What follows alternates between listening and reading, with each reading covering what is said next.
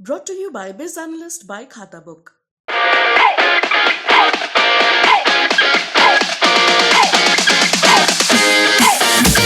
कौन जीत रहा है यूपी? सबसे सटीक एग्जिट पोल 7 मार्च शाम 6 बजे से लगातार सिर्फ और सिर्फ यूपी तक पर। महोदय, कहानी है, इनका समय बर्बाद करना चाहते हैं आप। एक राज्य का राजा था। सुन लीजिए, एक राज्य का राजा था। वो राजा बना, पहले वो दूसरे राज्य में सेनापति था, छल कपट से दूसरे राज्य का वो राजा बन गया। अब थोड़ा बूढ़ा हो गया था, अब थका हुआ महसूस कर रहा था। उसका कोई वारिस नहीं था महोदय। उसका महोदय अब जो सहयोगी थे या सिपा सलाहकार थे या उसके कई सेनापति ऐसे थे जिससे बहुत परेशान और ऊब चुके थे। तो एक दिन हुआ क्या कि राजा कहते हैं अपने खास, 1 मिनट बचा है, एक कहानी खत्म हो जाएगा, कितना टाइम लग। अपने एक दिन राजा जो है खास सिपा सलाहकार से बात करता है कि अब हम ऊब चुके हैं, अब हमसे संभल नहीं रहा है, अब एक काम करते हैं कि कुछ सहयोगी को बुला के, क्योंकि कोई उत्तराधिकारी राजा का ताजपोशी कर दिया जाए, किसी सहयोगी में से बना दिया जाए। तो एक सिपा सलाहकार को खास को बताते हैं, तो किसी सेनापति को जो है बात पता चल जाता है। वो सेनापति आता है राजा के पास कि ऐसा है, हमको बनाइए, हमको बनाइए, और ब्लैकमेल करने लगता है। उसका पुराना कोई गलती होगा उसको गिनाते हुए। तो राजा बड़ा परेशान हो जाता है। फिर बोलता है, भाई हम किसी को मन में मानता है कि हम किसी को अब राजा नहीं बनाएंगे। तो एक उनके सहयोगी कमंडलधारी सहयोगी को बुलाते हैं राजा। अब बोलते हैं, भाई ऐसी ऐसी परिस्थिति है, ब्लैकमेल कर रहा है, अब राजा तो हमको बनना होगा, नहीं तो सब बर्बाद हो जाएगा। तो हम क्या करते हैं कि तुम ही चलाओ राजपाट, हम खाली चेहरा दिखाने के लिए बनते, नहीं तो हमको ब्लैकमेल कर रहा है, अब तुम ही चलाओ राजपाट।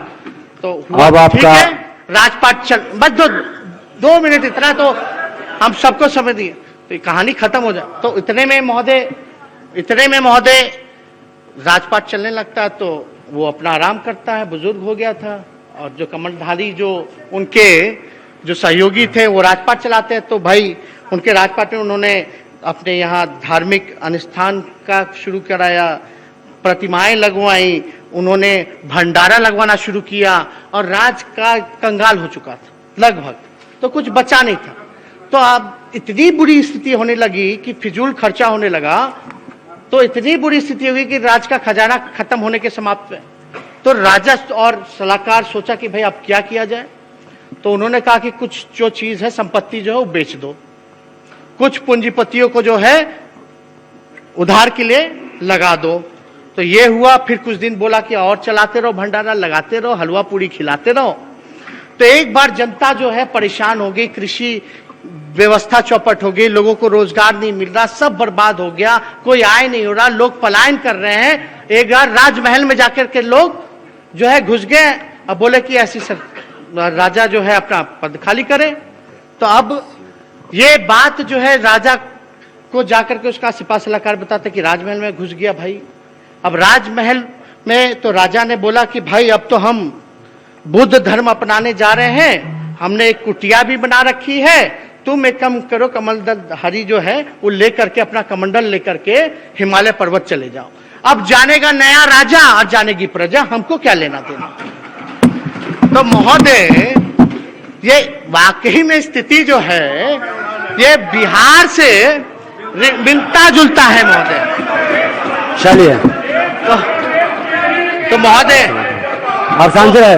तो महोदय तो लगता ऐसे ही है कि भाई चल नहीं पा रहे, थक चुके हैं।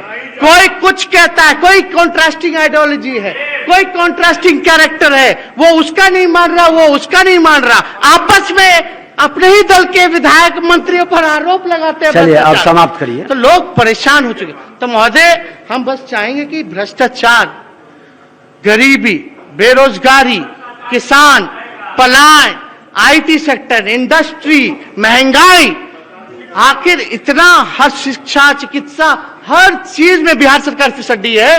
और ये बजट का खाली रूप खाली देते जा रहे हैं कि इतना इतना है।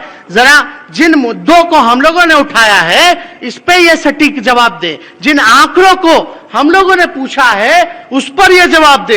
अब अधिकारी कुछ भी करते रहते हो, लेकिन अधिकारियों का क्या है, जो सच्चाई है वो सदन में बोले। तो बहुत बहुत धन्यवाद। जय हिंद।